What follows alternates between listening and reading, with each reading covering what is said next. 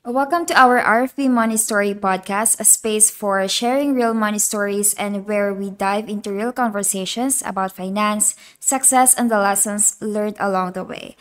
Joining us today is a CPA and one of our member of Registered Financial Planner Institute Philippines for more than a year, Miss Charmaine Ocampo. Hello, good Hi, morning. Gab. Good Hello. morning. All right. So before I proceed, how are you? How are you doing? I'm These doing past few great. Fantastic. days. Yeah. Okay, great. All right. So, um, before we start, I want to dive deeper into your personal money journey and financial mindset. What's your first memory of money and paano siya nakapag-shape ng financial mindset mo right now? Yeah, actually, yung pinaka-first memory ko talaga about money was when I was in the elementary years. Yung time na binigyan ako ng baon ng parents ko, that was 5 pesos back then. So, it shaped the way I handle my money because back then, of course, yung 5 pesos malaki na, hindi naman sobrang laki, pero at least nakakabili ka na ng pizza. So, gano'n. And then, naano ko talaga, I've learned from there na ayaw kong gastusin yung 5 pesos ko so that I can save it and make it bigger. So, nadala Yon. mo na siya growing up until college, until Yes. nung nag-work ka na sa corporate life. Yes, kasi before, hindi ko talaga ginagastos yung 5 pesos ko. So, I leave it to accumulate. So, tinatago ko siya sa ilalim ng mga clothes, Ah, nilalagay ko siya sa alkansya para hindi magastos. Tapos, actually, nauubos din siya because inuutang ng mga hindi kasama ko mo. sa bahay. Hindi Yun. mawawala yun. Pero do Yes. you like savings talaga? Money? Yes, before pa, yun na talaga yung mindset ko. I really have to save. So, yun lang. Walang nagturo talaga sa akin on how to grow. Save lang talaga. Pero at what age ka na-explore or na-expose sa financial people? When I worked with Mondnissing Corporation, there was a trainer na, yun nga, nagsabi siya about how to save, that you have to save first before you spend. Doon talaga lumawak yung mindset ko on how to manage my money, on how to handle it well. Kasi given when I was yung fresh graduate pa ako, of course, I feel na, ay, parang malaki na yung income ko, pero actually maliit lang yun. Compared sa baon ko, mas malaki siya. But then, since na-overwhelm ka, kasi feeling mo malaki na agad yung pera, gumagastos, parang nauubos pala kung hindi mo siniset aside agad. So, dun lumawak yung learnings ko on how to really save, to pay yourself first before you spend it. I see. Ganon. So growing up, what were some financial lessons you learned or na sana, ay dapat pala ganito ginawa ko nung bata ako? Actually, growing up, I've learned talaga from my husband now na you really have to learn to create wealth. Kasi, of course, before, dependent lang ako sa kung ano yung ibinibigay sa akin ng parents ko. I don't know how to sell stuff, how to make the money grow, how to invest. So, over the years, I've learned from it na dapat pala marunong ka rin magbenta, marunong ka rin mag-sales, marunong ka rin maghanap ng ways to earn and then grow that money. And you really have to control in the way that you yung mga borrowings ng mga people from you, you have to control it kasi nauubos talaga sa too much na pagbibigay ng ganun. So, you have to set boundaries, ganun. So, and also, na-learn ko din na dapat you really have to sandali I'm thinking. Yeah, Ano ko sure. muna. Kasi meron akong gusto i-point out.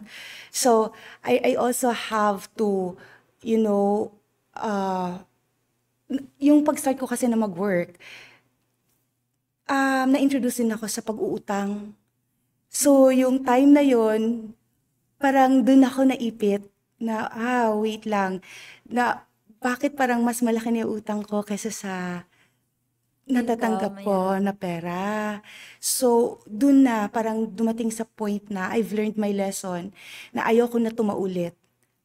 parang naging slave na ako sa utang. And umiiyak na ako every time. 'Di ba dapat sumisweldo ka, sumasahod ka, you have to be happy. Pero hindi na ako happy because wala nang naiiwan sa pera ko. So I feel na parang kailan pa kaya ako yayaman kung ganito yung money behavior ko. Okay, so do you Yes. consider that situation as your turning down point? Yes, it But how was. do you recover from it? Yun, I've decided, I've made the decision that I have to stop this behavior. So, ang ginawa ko, humiram ako ng pera sa boyfriend ko pa noon, sa husband ko na siya ngayon. So, humiram ako ng pera sa kanya and I told him that I will have to pay all my credit card debts para matapos lahat, hindi siya mag-accumulate with interest. So, inayos ko siya, clinose down ko lahat ng mga utang. So, para siya na lang yung babayaran ko without interest. Ah, So, so yun yung strategy na ginawa ko. So, from then, pinamis ko sa self ko na ayoko na gawin ito ulit. Never again. So, if ever naman na may kailangan namin mangutang for the business, it's for the business. And we have to leverage, of course. But, dapat meron talagang pagkukuhanan ng pera. Hindi yung parang bahala na. so you mentioned Ganon. na dapat may pagkukuhanan ng pera. Ever since na nag-work or pumasok ka sa corporate Yes. life, do you have any investments? Yeah, so I've learned to invest in stocks. So nagbabasa ako ng mga blogs like ni Sir Randall Hyungsoo, nagbabasa talaga ako. So ni Chinkitan. So that's when I learned slowly na ganito pala mag-invest ng stocks. Tapos we also tried investing in properties. So ganon, dun kami nag-start So sa dahan-dahan. lahat ng na-investan nyo, meron ba isa doon nag-fail? Na parang, ay, hindi pala ito nag-work, so I need to Yeah. let this go. Madami. So, especially sa stock market, kasi I was still learning. So, minsan matigas ulo ko, minsan nadadala ako sa greed. So, that was the time na, ay, okay, so sabi na nga, hindi mag-invest ng ganito na stocks, nilagay ko pa rin. So, nalugi until now for sobrang 10 years na hindi pa rin siya bumabawi. So, yung mga ganun na learnings. Tapos, nag-i-invest ako yung parang one time lang, tapos wala na. Balikan ko na naman after a while, after ilang years. So, dapat pala regular talaga yung paglalagay, yung pag-i-invest. Are you deciding on your own or may nagga-guide sa'yo about I'm investment? deciding on my own. At the same time, meron din akong binabasa na, okay, sa tingin ko, ito, ganito. Yung binabasa ko, parang yun na yung guide ko ngayon. Pero before, yung hindi pa masyado ako marunong talaga, ako lang, parang, okay, feel ko, parang ito yung dapat kong gawin. Dito ko ilagay, feel ko lang yun. Okay, Oo. so dun sa mga success investments niyo naman, paano mo siya na-maintain na, okay to, nag-work ako, kumikita ako dito, nag-grow yung pera ko dito?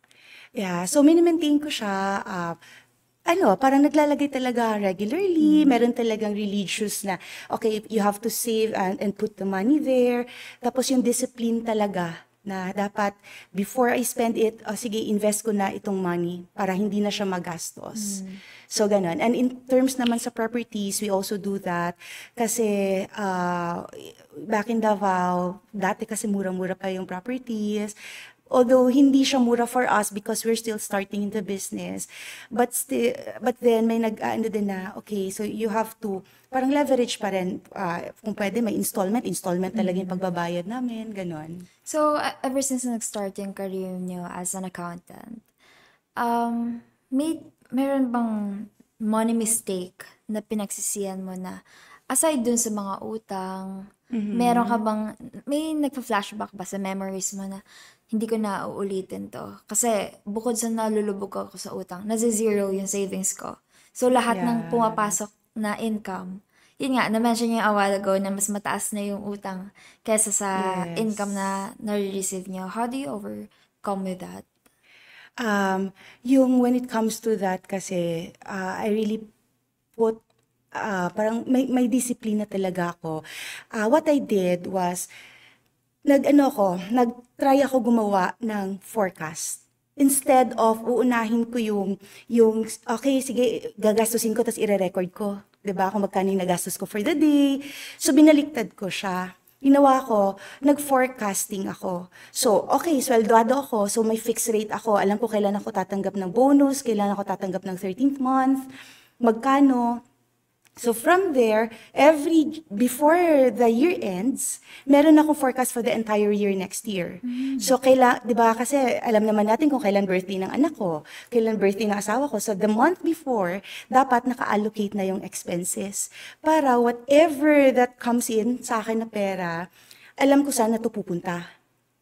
Hindi yung kung kailan siya nauubos, dun ko pa siya ire-record.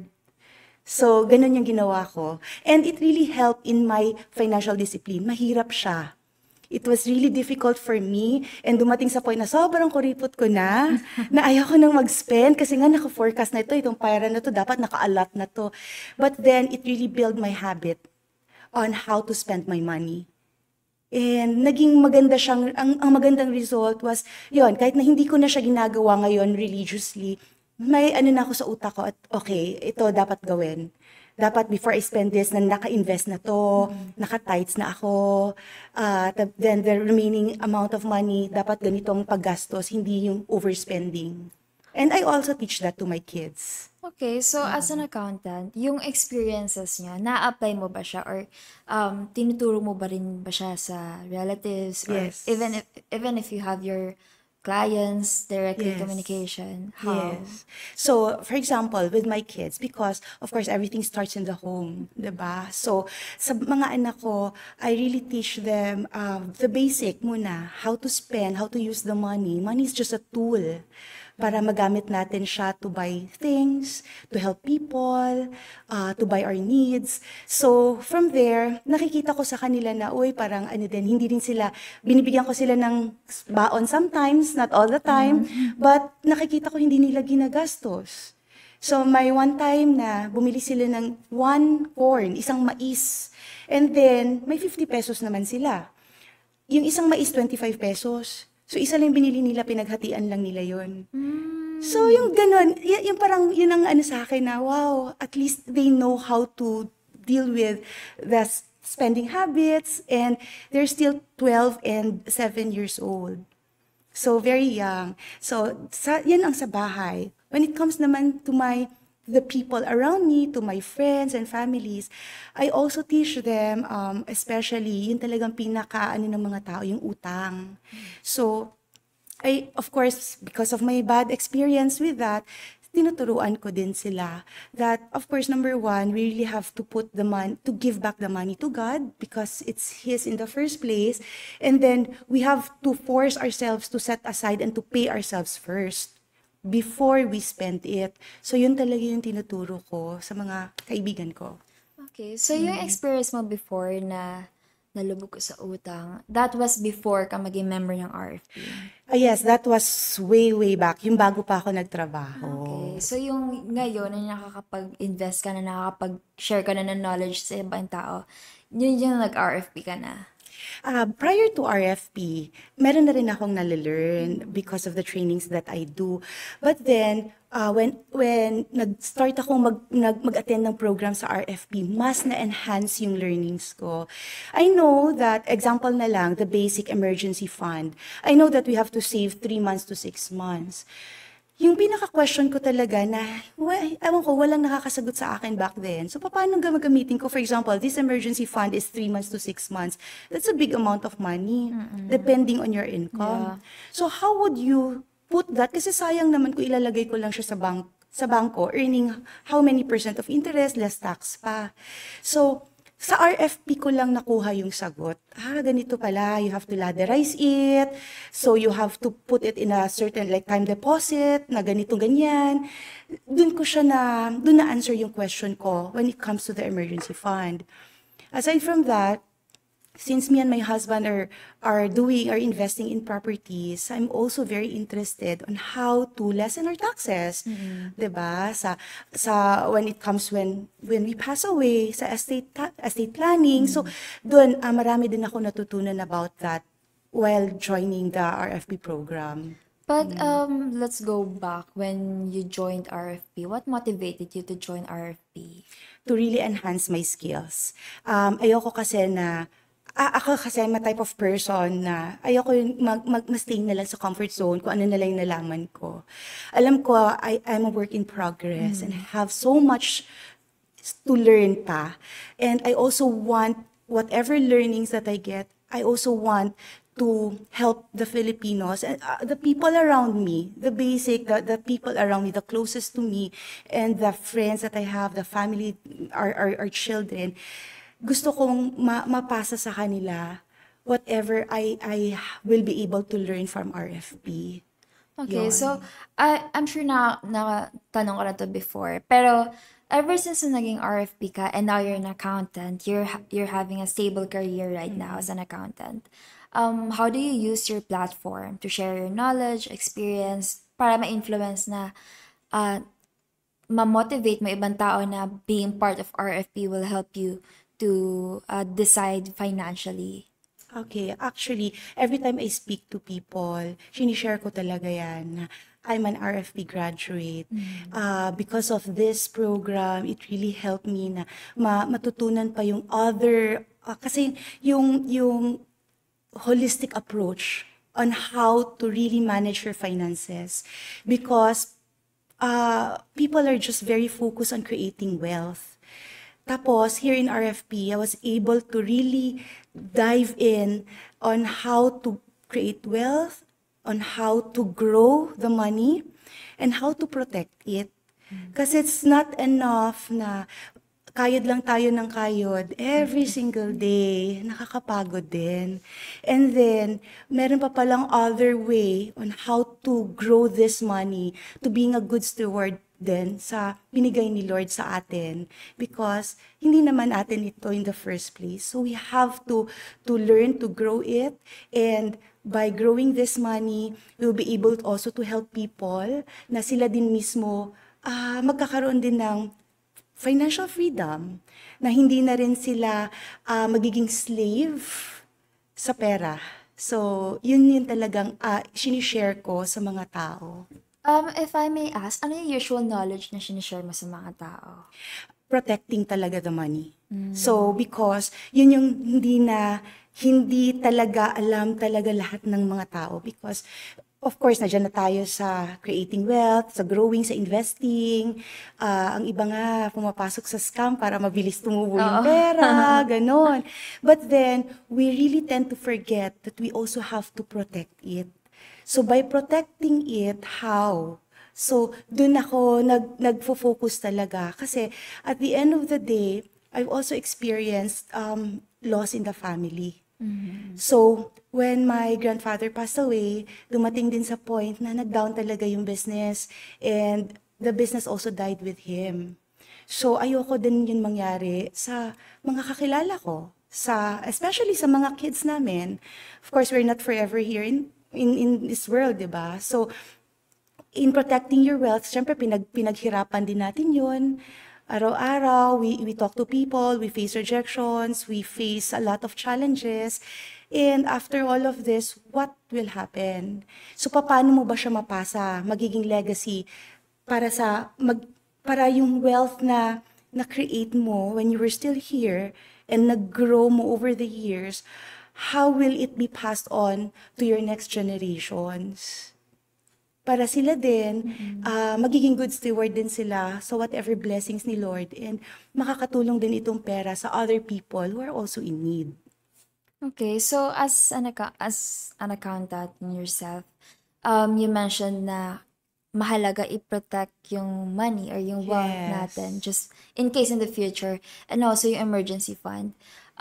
In your case, in your own financial journey, kasi you keep mentioning na you keep guiding other people to save money, you're teaching your children how to save money or how to be responsible in handling money. On your own financial journey naman, for sure you have credit cards, you have savings, debit cards. How do you manage that aside from you have your own money tracker? Yeah, so when it comes naman sa credit card, we really have to make it a point na fully paid talaga siya on the due date. So, credit card, we use this as tools para sayang din naman yung mga rebates, yung mga points. So, nakaka-leverage talaga kami sa credit card. Especially when it comes sa may mga emergency cases, like biglang na-hospitalize, ganon. So when it comes naman sa purchases, ginagamit namin siya For example, when we purchase something, and then yung mga points na yun, tsaka rebates na yun, it also makes your money grow. So, things like that. And of course, sa savings namin, when it comes sa savings, hindi talaga, parang dinadiversify talaga namin yung funds. We make use of the investment, parang nag-a-accredit kami sa different companies. For example, like Pag-ibig MP2. So, we appreciate putting our money there kasi hindi siya taxable. We also put our money in insurance because through insurance, nag-grow din yung money namin and hindi din siya taxable. So, we really appreciate it and we really collect insurance. We really make it a point na marami kaming insurance because at the end of the day, breadwinners kami. At the same time, especially now that yung healthcare system, as in, we really need to, yung bang kailangan talaga namin mag-ipon for the health because mahal siya. Hindi kaya ng savings namin, just in case na magkasakit kami bigla ng whatever illnesses, tapos mauubos talaga yung pinaghirapan namin and even the assets. So, ganon. Ganon yung ginagawa namin. At the same time, we also invest in stock market, yung mga risky investments din. Like, stocks nga. So, we also put in mutual funds. So, yung mga ganon, we diversify. Okay, so nag-explore ka talaga, like Yes. insurance, stocks, I don't know, if nakapasok ka na ba sa mga crypto and stuff? Yes, I've also tried crypto. So, actually, ano lang, parang very risky lang si crypto. But I tried. How was it? How was the experience? Of course, kailangan strong talaga yung heart mo kasi sometimes you earn very good tapos biglang naging greedy ako. Ay, ayoko muna siya i-withdraw. Tapos kinabukasan, lugi na siya. So, dun talaga, ano siya, mental, ano talaga, parang kailangan mo maging strong na to the point na dapat hindi ka maging greedy. So, yun yung learning ko sa crypto. So, since may business ka, nag-invest ka sa mga insurances, Yes. nag-stock market, so, lahat yon nanggagaling sa sarili mong pocket, sa income mo. How do you manage to spread or allocate your money from different categories na para ma-save, para protected, or para safe yung money mo? Number one, depende kasi yun sa assets. For example, sa amin ngayon, so it depends on the assets that we have. So if dadagdag kami ng, for example, if we buy property, we also have to add to our insurance again. Kasi at the end of the day, yung estate tax lumulobo din siya. Tapos, we also make it a point na if lumalaki din yung income namin, percentage of that, tinataasan din namin yung investments. Ganon. See. So, it really depends sa needs namin at the moment. But we make it a point na dapat masecure muna namin kung ano yung pinaka-important. So, when we invest, depende yun. So, we rank it also. So, syempre, kung very risky siya, so we just have to put yung money na that we are, yung okay lang na i-let go namin if ever malugi siya. So, yung mga ganun na stuff. Parang you sound very knowledgeable about handling money, no? And parang ang napaka-responsible mo in handling money. And I'm curious lang, if ever since naging part ka ng RFP, have you met other people na narinig mo yung stories nila na, ay, parang gusto kong inspo yung story nila, what if ganito gawin ko? So, lahat ba ng ginagawa mo? On your own lang ba yan? Or, depende yun sa mga narinig mong, or nami-meet mong tao dito sa RFP, or even outside RFP? Actually, pinipili ko rin yung mga tao na I trust, especially when it comes to money. I have a bias din na, okay, ano bang tinapos niya? Tinitingnan ko muna yung background niya. So that's why, chine-check ko, like sila Sir Randall Tiongson, sila Chinkitan, sila Marvin Guillermo. So, yan sila, sila talaga yung pina-follow ko. Ganon. So, I really choose the people. Kasi, if nakikita ko naman that they don't walk the talk, I won't trust them. Ganon. How about your journey sa RFP? Malamang may mga seminars dito, may mga Yes. talks kang ina-attenan. Mm-mm. How was it? How was your journey being an RFP member? Actually, I really appreciate it because through those mga seminars, aside sa dun sa program itself, marami pa akong nale-learn on top of it. So, ganun. Actually, very ano siya eh, very malawak yung ano ng RFP, yung mga learnings niya when it comes to personal finance. And of course, also being good steward talaga of handling your finances. Do you have specific parang moral lesson or valuable lesson na nagtatak talaga sa'yo na iniwan ni RFP na pwede mo siyang ma-apply in your own financial journey at the same time, pwede mo siyang ma-recommend sa mga client mo, sa friends mo, sa relatives, even your children? Actually, yun talaga eh. The creating wealth, growing it, and protecting your wealth. Yun talaga ang pinaka-summary ng na-learn ko sa RFP. Kasi sa sobrang dami niya, sobrang dami, di ba? The investment pa lang, sakit na ng ulo ko. Di ba? Parang overwhelming na siya. Sa taxes pa lang. Na-appreciate ko talaga. Because sometimes, people see it, like for example, insurance, people see it as an expense. Pag-introduce mo pala, ayoko kasi dagdag na naman yan sa gastos ko, which I am guilty of that. Before, pag may nag-o-offer sa amin, wag ha, hindi tayo kukuha kasi gastos na naman yan. Gastos. But then, dito sa RFP, nakita ko talaga, okay, ganito pala yung importance. Dapat pala, talaga, yung kabuuan talaga ng personal finance. Hindi lang yung isang aspect lang yung titingnan mo. Hindi lang yun, kasi we are very focused on, bili tayo ng properties kasi yung properties, tumataas yung value in the future. Yun lang talaga yung focus namin. But then, meron pala kaming blind side. So, dun ko nakita sa RFP na okay, so you really have to, hindi yung isang aspect lang ng personal finance, but the entirety talaga of it. So it's really the growing it, in investing, in protecting, ganon, in hindi rin escaping tax. You have just to paano mo i-lessen yung mga strategies on doing that, and which I really really appreciate, and alam ko na magagamit talaga namin. Yon. Yung mga client mo na nagsisik advice for insurances, usually mga anong edad? Actually, malawak yung Yung it's really age range. between ang age range. It's really between around 24 to 69 years old. Ganon. Do you have specific questions to people na, kasi ako, personally, mga nababasa ko sa social media na kailangan, mas maigi daw mag-invest ng mas bata. May iba naman na nagre-regret kasi nga parang late na sila nag-invest when it comes to insurance, or parang late na sila na-expose maging responsible in handling money.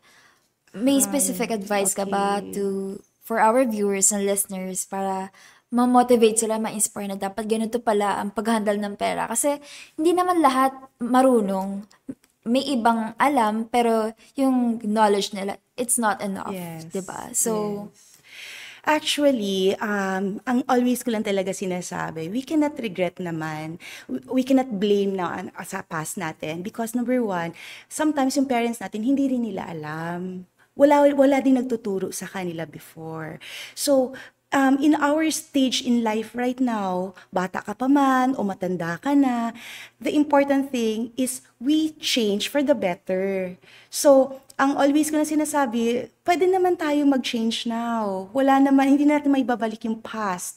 Even for me, ang dami kong regrets. Sana, nung bata pa ako, nag-start na ako ng ganito. Bakit ngayon pa? So, hindi ko na siya may babalik. So what I can change now is my now. Yun na lang ang kailangan ko i-improve para yung future ko mas magiging better na siya. So yun lang sinasabi ko. So whatever that we learn right now, we enhance it, and then we have to put action. Hindi pwede, kasi sometimes yung analysis paralysis, yun yung nakakapag-stop sa atin to do what we have to do, kahit alam natin yun yung tama. So we really have to work on our decision. Kasi if hindi ko rin yung trinabaho yung before when I decided on that na dapat i-stop ko na talaga yung utang, yung pag-accumulate ng mga utang ko, hindi ko naman talaga sinadya din yun because I was also supporting my sister in her college. So, of course, yung mga Filipinos, we are very, yung heart natin is to really help our families, diba? To the point na kahit walang-wala na tayo, bahala na, we are, yung parang nagsasacrifice tayo for them because our love talaga for our family is, yung ganun siya ka-deep. To the point na sometimes nakakalimutan na natin yung self natin. So, yun yung sinasabi ko lang. We also have to also think of ourselves. Hindi naman na madamot ka. You just have to put boundaries. Okay? Para at the end of the day, meron ka pa rin maitutulong in the future. So, you just put boundaries and then change for the better and then act on it talaga. And of course, ask for guidance from the Lord because in everything, kahit ano pang gawin natin, kahit kung tayo lang sa sarili natin, we cannot do it. We really need God's strength. Totoo yun. I'm actually curious kasi you mentioned a while ago pala na part ng journey, ng financial journey mo is your husband. Oo. Since he's here naman din, as a married couple, how do you plan your finances? Paano ba, is it joint or ikaw lang din bilang accountant ng kliyente mo at the same time accountant din sa bahay? Actually, when we started before, I think how many years ago na ba yun? Since 2009. So, nag-start talaga kami independently. So, kanya-kanya kami because I have my work. He also have a business. So, negosyante siya. Ako, sa corporate world naman ako. So, ang ginawa namin that time, kanya-kanya kami ng gastos. But then, eventually, nagkaroon din siya ng problem. Okay? So, yung talagang mahirap sa marriage, ang isa talaga sa pinaka-challenging is how you handle your finances. So, sa amin talaga, yung isa din yun sa regret namin na hindi rin kami nag-seek ng counseling about it. Na sana before we started or before we got married, nag-seek na kami ng counseling on how to really manage your finances as a couple. So, over the years, yung pag-join ko ng RFP din, na-learn ko na, okay, we also have pala to bring our mga bank accounts, dapat i-joint namin, kasi nakaka-affect pala siya, nafi-freeze pala siya sa bank pag namatay yung account holders, parang, uy, sandali, parang red flag to, so ibig sabihin, kung mamatay ako, hindi niya makuha yung yung gano'n. So mas mahihirapan tuloy pala. So, doon namin na-learn, okay, kailangan mag-joint account tayo. So, inaksyon na namin agad. Pinuntahan namin yung bank, nag-joint kami, and then, at the same time, ngayon, yung money namin, ginoin na din namin together. So, from that money, meron lang kaming allowance. Okay. So, hindi siya yung whatever we earn, okay, sige, doon na, gastos na lang natin lahat, hindi. So, we get an allowance. So, maliit lang, as in super liit, na enough lang din siya pang, okay, at least kung may masupport kami for the family, may gusto kaming kainin on our own, na hindi kami kailangang humingi sa isa't isa, para iwas din yun sa conflict. So, ganon. And then, the bulk of the money, or for example, mga needs naman expenses, my husband, siya talaga yung nag-a-allocate na. Yon. So, ganun na. Kasi meron ng mga, syempre, sa other business, parang siya na yung nag-a-allocate kung paano sa mga loans, paano babayaran, on the savings, kung may mga malalaking purchases. But in the decision-making, kami talagang dalawa yon. Okay, pero tong point na dapat pala nag-seek tayo ng advice, sino yung unang yung ni-reach out? Or that was when you were an RFP member na? Actually, ano na yun yung pag-RFP ko, dun na, mas na-learn ko siya kasi wala talagang nag-a-advise. Wala, hindi ko rin alam kung who to seek advice to back then. So, paano naging mentor si RFP para sa inyo during that struggle? Yun lang, talaga siya, parang okay, over those time na na-learn ko na ganito pala siya dapat. Okay, ito pala yung dapat sa estate planning. So, syempre yung investment namin more on property. So, ito pala dapat, yung savings natin, dapat naka-join pala siya. Yun yung way na nag-mentor talaga si RFP sa amin, mag-asawa. But have you observed the improvement nung pumasok si RFP sa planning nyo and ever since na nagkaroon mas lumawak yung knowledge mo about financial decisions? Oo. Nag-ano talaga siya, sobrang nag-improve siya. Kasi, we also, gusto rin namin kasi Bible-based din yung paghawak namin ng pera. Okay? Kasi hindi naman talaga amin itong money.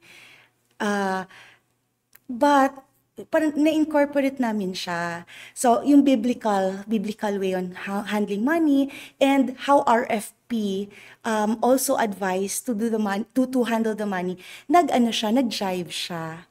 What do you mean biblical? What I meant with biblicals, yung dapat, ano talaga siya, stewardship talaga. Stewardship talaga. Hindi lang yung, okay, na-receive ko yung pera, tapos akin to, this is mine. So, I will enjoy this money.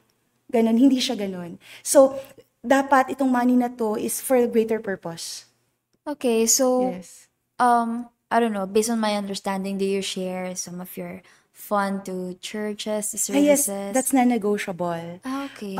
So, first thing, whatever we earn, bigay talaga namin, we give it back to God. Really? It's for the tithes na para the church will also grow. So, kay God na yon.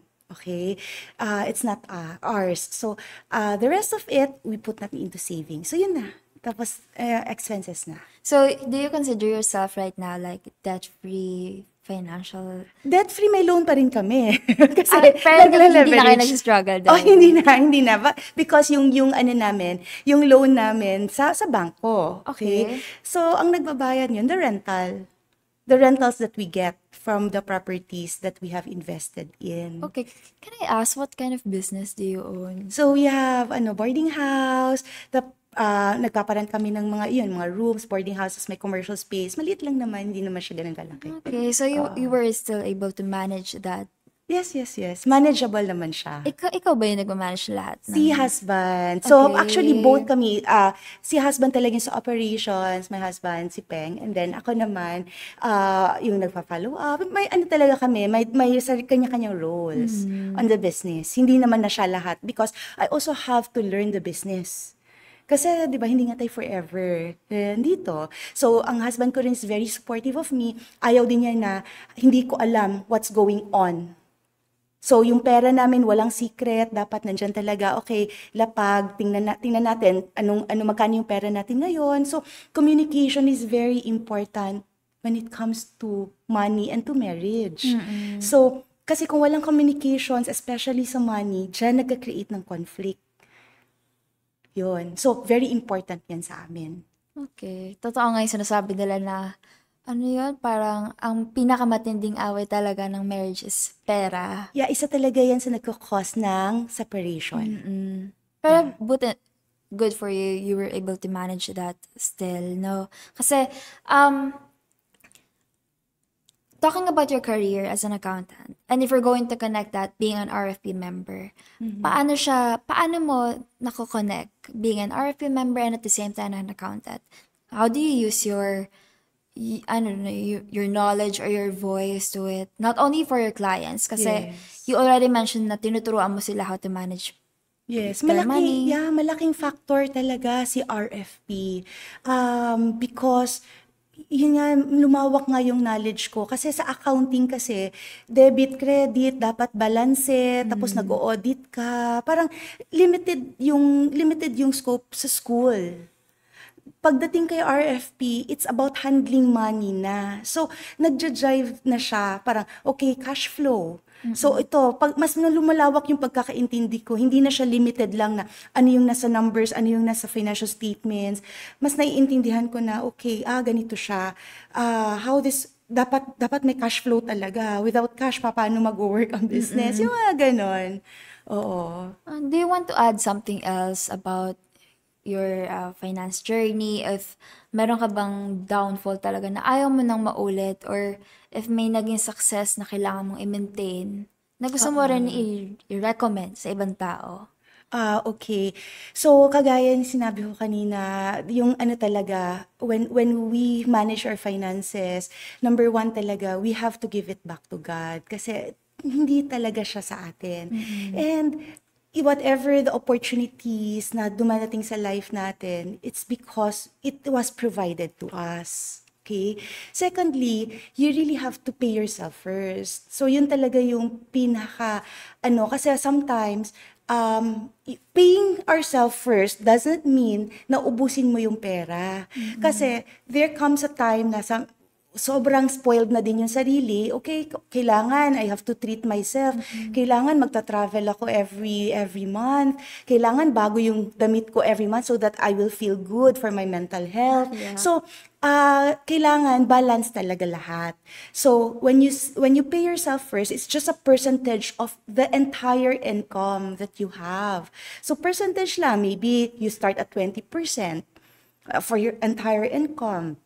And then, the 60%, yun yung ano ko rin, the worksheet, the 60%, dapat yun lang yung pumupunta sa needs mo. So, dapat may ganun talaga na ito lang yung allocation ko dapat sa needs. Dapat hindi siya mag-exceed para malimit ko yung mga spending habits ko when it comes especially sa groceries, sa food. Tapos, next naman yung especially sa mga family support din. Kasi sometimes, our families, nagdi-depend talaga sila kung sino yung may malaking income. And of course, the next is yung how we invest. So at least dapat 20% of our income dapat pumupunta siya sa investment. Kasi at the end of the day, we will grow old. Hindi lahat na nagkakasakit. Hindi lahat na mamatay ng maaga.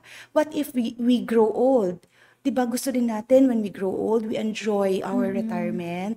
So, we have to set aside a certain amount of money to invest para pagdating sa time na tumanda na tayo, meron ng enough money to pay for us kahit hindi na tayo actively working. So, we have to put aside money for our passive income. So, ganon. Kasi, kung hindi natin gagawin yung ganon na habit, dumadating sa point na mag-overspend na tayo. So, kung nag-overspend na tayo, lumalaki na yung utang natin, especially sa credit cards. Tapos hindi na natin siya nababayaran. So nagiging slave na tayo sa money, and which I regret talaga that time in my life. So yun talaga yung impact sa akin. Okay? So sana yun lang ang ano ko na of course, we also have to enjoy the money that was also given to us because it's also a blessing. Hindi naman talaga na dapat kuripot lang talaga. Kasi dumating din ako sa point na too much kuripot for me na nag-aaway na rin kami ng husband ko. So, meron din siyang negative impact. Kasi dumadating sa point na parang ayaw ko na talagang gumastos. So, hindi na ako nagiging generous. So, kailangan generous pa rin tayo at some point na within our budget. Ganon. Okay, so if iko-connect natin yung timeline when you were young up until now. Kasi nung bata ka, you mentioned na tinatago mo yung pera mo sa mga damit, mga piggy bank na mga DIY na alkansya. Pero ngayon, yung imbis na tinatago mo, mas pinapalawak mo yung branch.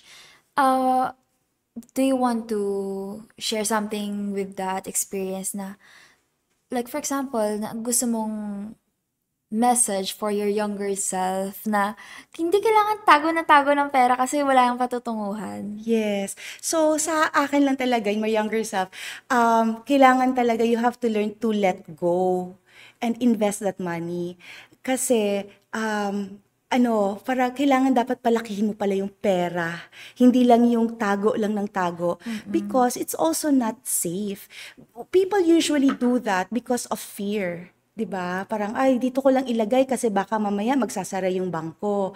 Dito ko lang ilagay sa alkansya, mabuti pa dito sa alkansya, sure, makukuha ko kaagad yung pera ko.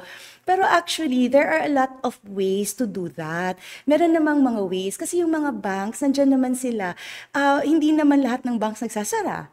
'Di ba? Meron naman talaga yan silang mga enough capitalization in even the insurance companies. Kasi because of fear, ayaw ng tao maglagay ng pera nila kasi by that time na kailangan nilang money, baka daw hindi na nila makuha. Which is a valid emotions. Kasi it happened na in the past. So, gusto ko lang iano sa akin na if I have to go back way back then, mas ilalagay ko pa yung pera ko sa part of it talaga siguro sa stock market.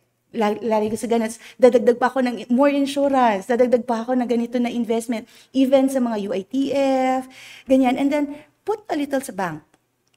Tapos, time deposit for my emergency funds. Okay, so Ganun. before you invest or before you avail something like, ano, aside from insurance, may fear, kasi nung bata ka may fear, kasi kaya tinatago mo. Up until now ba, nagkakaroon ka pa rin ng fear?